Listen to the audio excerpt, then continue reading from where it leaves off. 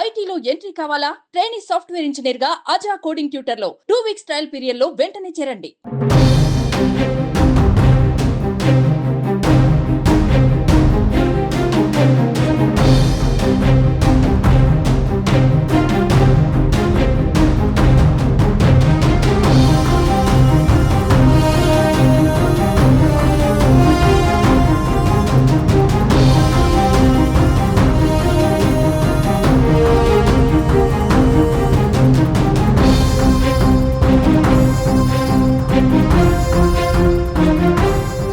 మంచు మోహన్ బాబు ఇంటి వద్ద టెన్షన్ వాతావరణం నెలకొంది. ఇటు మంచు విష్ణు మనుషులు, ఇటు మంచు మనోజ్ మనుషులు భారీగా మోహరించారు. అక్కడ సుమారు 100 బౌన్సర్లు కాపలాగా ఉన్నట్లుగా తెలుస్తోంది.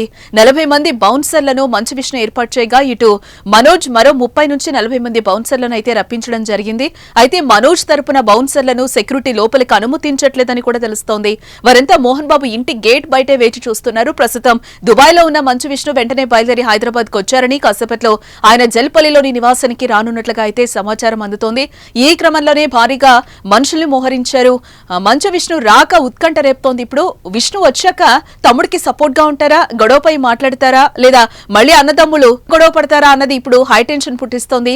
పరిస్థితి చూస్తే విష్ణు వచ్చాక పెద్ద ఎత్తున గొడవ జరిగే అవకాశం ఉందని మాత్రం మనకి క్లియర్ గా కనిపిస్తోంది. ఇటు మోహన్ బాబు అనుచరుడు, ఆయన విద్యా సంస్థలు చూసుకునే వ్యక్తి మనోజ్ పై దాడి చేసినట్టుగా సమాచారం.